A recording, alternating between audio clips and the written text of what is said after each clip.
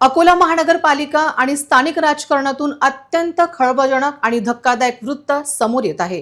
काँग्रेसचे आमदार साजिद खान पठाण यांच्या पायाखालची वाळू सरकली असून त्यांच्याच पक्षाचे तब्बल 14 नगरसेवक त्यांना एकाच वेळी राजकीय झटका देण्याच्या तयारीत आहेत। महानगरपालिकेत सत्ताधारी भारतीय जनता पक्षाने काँग्रेसला खिंडार पाडण्यासाठी कंबर कसली असून पडद्यामागून सुरू असलेल्या या मोठ्या गेम प्लॅनमुळे अकोला काँग्रेसमध्ये प्रचंड खळबळ माजली आहे। आमदार साजिद खान पठाण यांच्या घरातच लागलेली ही आग विझवण्यात ते अपयशी ठरल्यास अकोल्यातून काँग्रेसचा पूर्ण सफाया होण्याची दाट शक्यता निर्माण झाली आहे।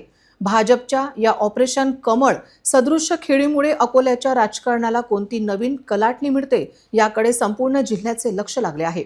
अकोला पश्चिमचे काँग्रेस आमदार साजिद खान पठाण यांचे आपल्याच पक्षाच्या नगरसेवकांवर अजिबात नियंत्रण राहिले नसल्याचे उघड झाले आहे।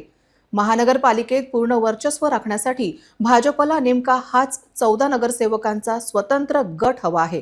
काँग्रेसला अकोल्यात भुईसपाट करण्यासाठी भाजपने आपली संपूर्ण शक्ती पणाला लावली असून बंडखोर नगरसेवकांसाठी पायघड्या अंथरल्या आहेत। या संपूर्ण बंडांच्या केंद्रस्थानी आहे जिल्हा नियोजन समितीचा कोट्यवधी रुपयांचा विकास निधी।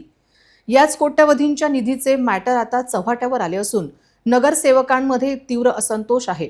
हा कोट्यवधीचा निधी मिळवण्यासाठी काँग्रेसचे नगरसेवक थेट भाजपच्या दावणीला बांधले जाण्याची शक्यता व्यक्त केली जात आहे।